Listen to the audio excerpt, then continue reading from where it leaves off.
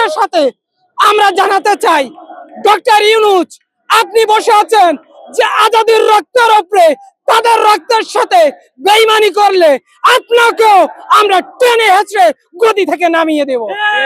গত পরশুদিন আমরা দেখেছি এক হাস্যকর ঘটনা, যেখানে বলা হয়েছে 90 দিনের ভিতরে এই খুনিদের ধরে বিচারের আওতায় আনা হবে, অথচ আমরা দেখতে পাচ্ছি 12ই ফেব্রুয়ারি নির্বাচন, যেখানে 30 দিন তার সময়, 90 দিন তুই কোত্থেকে নিয়ে আসিস?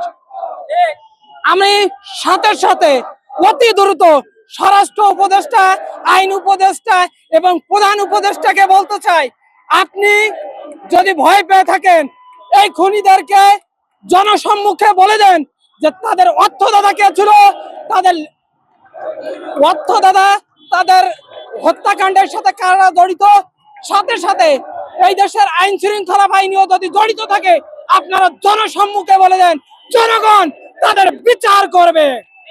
এবং আপনি যদি এই ফেলানি হত্যার মতো এই বিচারকে এইভাবে ঝুলায় রাখেন, তো আগামী দিনে কঠোর কর্মসূচির মাধ্যমে আপনাকেও ক্ষমতাচ্যুত করা হবে।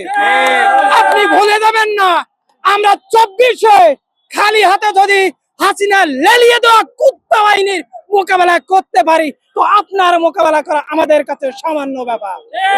আপনি যদি মনে করেন যে ছাত্র জনতাকে আমরা ওই যে বলবো 7 দিন 15 দিন 3 মাস এরকম অপেক্ষায়, ছাত্র জনতা এই আশ্বাস কখনো মেনে নেবে না।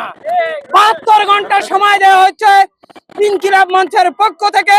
72 ঘন্টার ভিতরে আপনারা অবশ্যই এই খুনিদের অবশ্যই জনসম্মুখে চার্জশিট প্রকাশ করবেন। যদি না করেন এর থেকে